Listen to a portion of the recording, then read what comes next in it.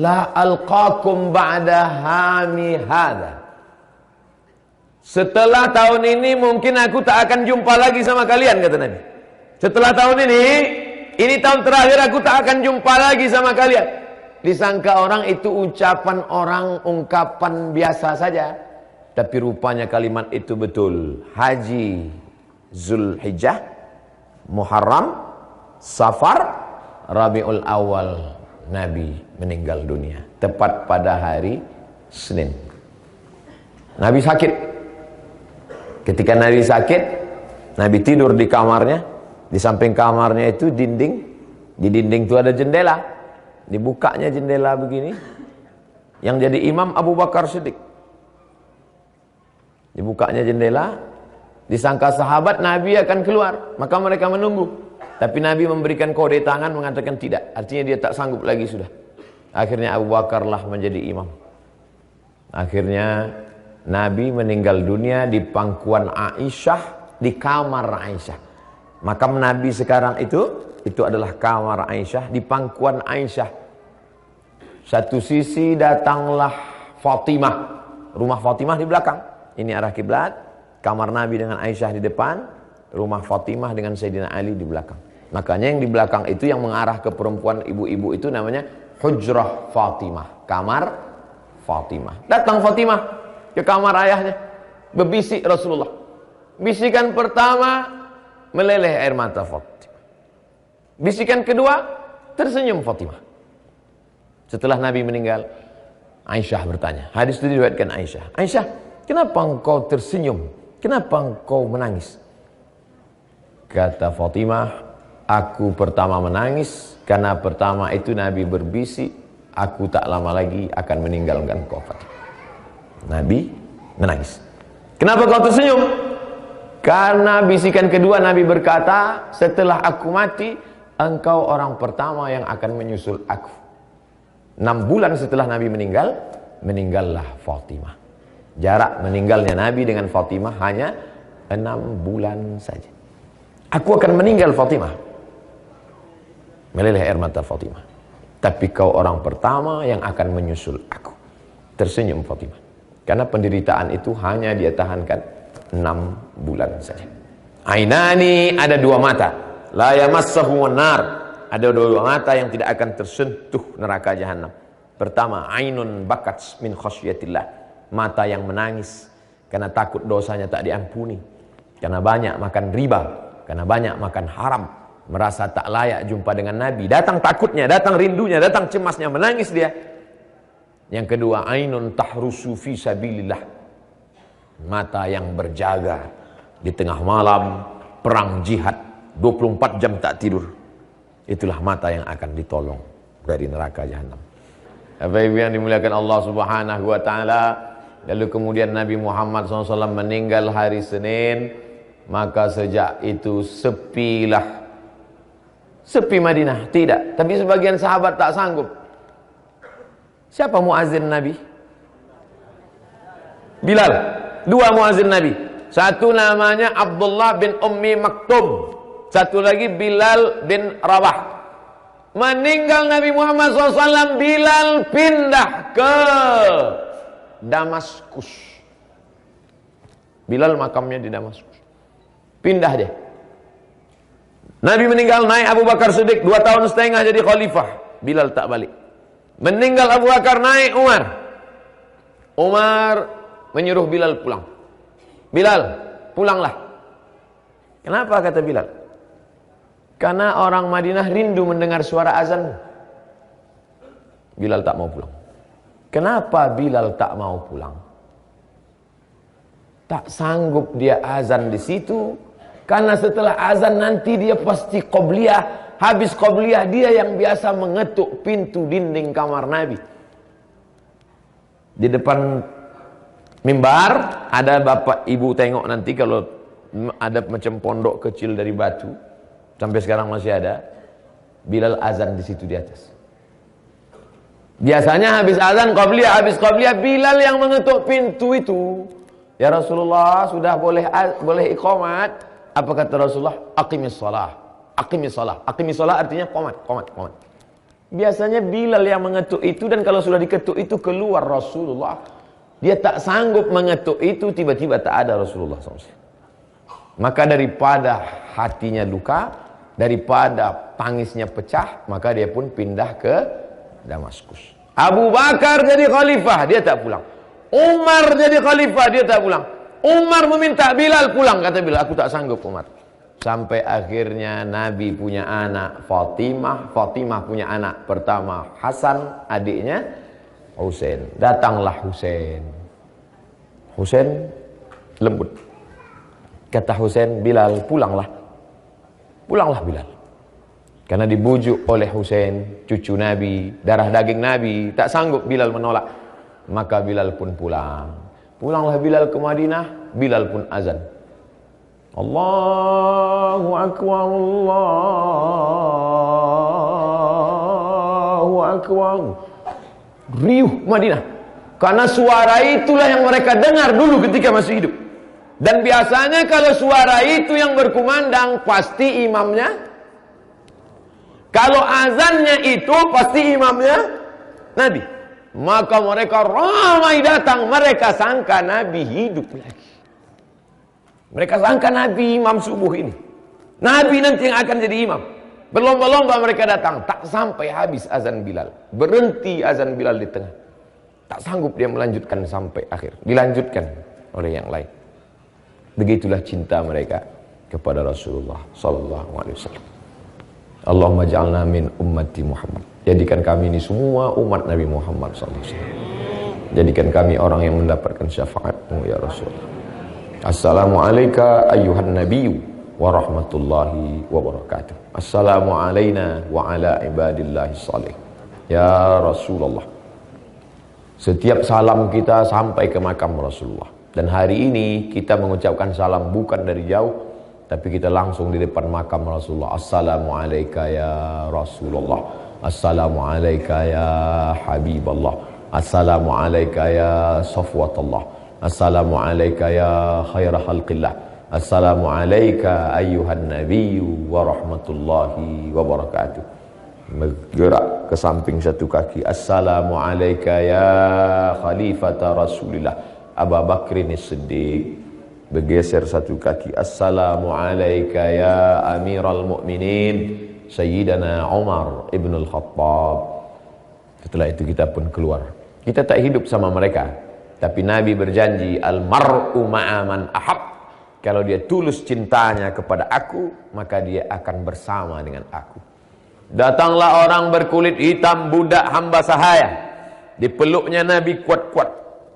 Kata Nabi, kenapa kau peluk aku kuat? Aku miskin, aku susah, aku budak, dosaku banyak.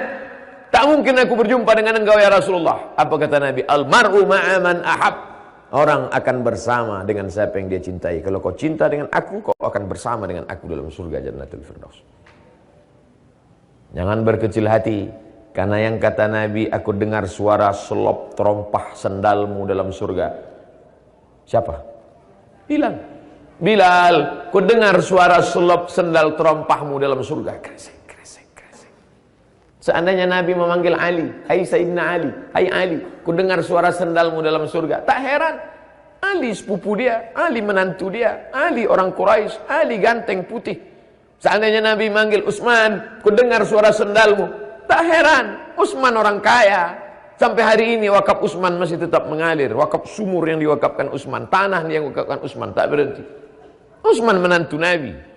Tapi yang dipanggil Nabi bukan Ali, bukan Utsman, tapi yang dipanggil Bilal. Apa maknanya? Bilal berkulit hitam, Bilal budak miskin hamba sahaya. Tapi kalau amal kau baik, kau akan masuk surga bersama dengan Rasulullah sallallahu alaihi wasallam. Bapaknya sudah baik, ibunya sudah baik, tapi anak-anak kita narkoba, HIV AIDS, LGBT, pacaran, internet. Mudah-mudahan anak cucu kita selamat dan mereka juga datang kemari.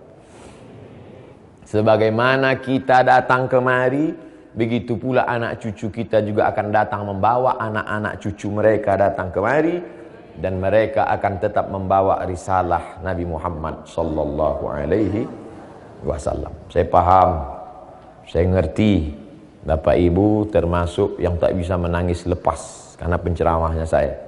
Ada ustaz-ustaz lain yang bisa menangis lepas. Saya udah mau lepas tak jadi, ketawa. Udah mau iki. Lepaskanlah tangisannya bukan di sini, bukan di depan orang, tapi di dalam Masjid Nabawi. Lepaskanlah tangisannya saat pagi, laki-laki sudah bergeser, ditutup keliling karena perempuan akan masuk ke Taman Raudhah. Lepaskanlah tangisan. Dengan tangisan itu lepas segala dosa. Dengan tangisan itu terlapar rasa lapang dada. Setelah itu nanti hari Ahad kita sudah punya mental yang cukup kuat untuk melaksanakan umrah. Ustadz ngomong tentang nangis, Ustadz aja tak menangis. Kalau saya menangis siapa yang ceramah? Bapak Ibu, kalau selama di Masjid Nabawi menangis, tadi pagi saya sholat di belakang, di depan saya ada orang India. Pertama dia angkat tangan. Lama-lama saya tengok bergoncang bahu. Rupanya dia sedang menangis. Entah apa ditangisnya saya tak tahu. Tapi yang jelas kita melihat zohirnya saja. Ustaz Somad itu ketawa aja ceramah, kiki-kiki aja ceramahnya. Saya pernah ceramah menangis tuh. Pernah tak di video saya ceramah menangis? Pernah. Akhirnya menangis tak berhenti, saya berhenti ceramah. Itu maka saya tahan-tahan. Daripada saya menangis saya di sini. Habis pula nanti sorban baru nih. Usahakan menangis. Besok hari Min 1. Hari Ahad pagi subuh terakhir. Kalaupun subuh terakhir. Maka di subuh terakhir itu boleh jadi masa ke depan duit kita banyak, tapi belum tentu sehat. Boleh jadi ke depan badan kita sehat, duit belum tentu ada. Boleh jadi badan kita sehat, duit ada, nyawa tak ada. Maka boleh jadi subuh terakhir. Ini subuh Jumat terakhir. Ini malam Jumat terakhir. Baca surat Al-Kahfi. Man qara'a surat Al-Kahfi, yang baca surat Al-Kahfi, adha'a lahu min nur. Allah terangi dia dengan cahaya. Ma bainal jumu'ataini, sampai Jumat berikutnya. Man qara'a surat Yasin, siapa yang baca Yasin, asbaha maghfuran lah. Waktu subuhnya dia sudah diampunkan Allah. Tiap-tiap waktu baca, bagus. Saya tak mau menceritakan, saya selama di sini sudah baca sekian juz, saya selama di sini saya sudah zikir sekian. Tapi mengajak, mudah-mudahan. Boleh jadi ketika saya mengatakan, saya selama di sini sudah baca sekian juz, tiba-tiba datang jamaah, saya sudah 3 kali khatam Pak Ustaz. Oleh sebab itu tak usahlah kita ceritakan, tapi kita saling ajak mengajak. Karena penyesalan tak ada bermakna. Jangan sampai nanti sesudah pulang ke Jakarta, pulang ke Bandung, pulang ke Surabaya, pulang ke Jambi, pulang ke Medan, pas nonton acara live di TV Masjid Nabawi, barulah ngomong, andailah dulu, kalaulah dulu. Menetes air mata darah tak dapat diulang. Ini bukan dekat ini. Saya di pesawat itu berapa kali tertidur, bangun tak sampai-sampai. Bangun tak sampai-sampai. Apa? Dari Medan, Kuala Namu ke Madinah 8 jam. Luar biasa perjalanan kita ini. Dulu Bapak Ibu orang kalau mau sampai kemari 3 bulan berangkat naik kapal, 3 bulan pula lagi balik. Makanya zaman dulu datuk nenek moyang kita di kampung kalau mau berangkat kemari ini diazankan, macam orang mati. Karena banyak yang pergi itu tak balik lagi. Tapi alhamdulillah sekarang hidup kita ini kalau dibanding dulu lebih baik atau lebih buruk? Lebih baik. Jangan caci maki zaman, jangan caci maki masa. Manfaatkan kesempatan sebaik-baiknya. Yang selama ini masih loyo-loyo, letoy-letoy, lusu-lusu. Bahkan mungkin ada pula yang berpikir, lama kali kuasa di Madinah ini, kapanlah kita pergi dari sini? La ilaha illallah. Itu besar kali setannya itu. Itu bukan setan kaleng-kaleng itu. Setan asli itu. Oleh sebab itu maka manfaatkan. Ini nanti balik dari sini langsung ke masjid. Tapi selesaikan tausiahnya ini dulu. Nah, pula saking semangatnya, balik kita takbir. Balik ke masjid, duduk iktikaf, baca Al-Kahfi, baca Yasin, ambil tasbih, berzikir. Solat Jumat, khutbah nanti bahasa Arab Pak Ustaz. Ya, tak paham saya Pak Ustaz. dapat pahala juga. Tidur sedikit Pak Ustaz, tak apa-apa. Habis sholat, saya paham. Banyak jamaah Indonesia ini saya tengok asal habis sholat langsung pulang. Habis sholat langsung pulang. Pas dia tanya, Bapak kok nggak zikir dulu? Takut nasi habis. Tak apa-apa. Pulang, makan, bersih-bersih, wudhu, datang lagi ke masjid. Masuk nanti jam 2, jam 3.30 sudah azan asar. Habis asar, jam 4, jam 6 sudah maghrib. Dari maghrib ke isya, masuk nanti jam 2, keluarnya habis isya. Nanti malam masuk jam 3, keluarnya habis subuh. Jadi kalau masuk nanti jam 2, 3, 4, 5, 6, 7, 8, 6 jam iktikaf dalam. Nanti kalau masuknya malam jam 3, 4, 5, 6, 7, 4 jam. Bisalah kita selamatkan diri kita lebih lama dalam masjid daripada di luar masjid. Jangan sampai orang berdatangan ke masjid mau sholat, kita balik bawa 2 kresek. Karena kita bisa masuk. Haji, haji. Lah, haji.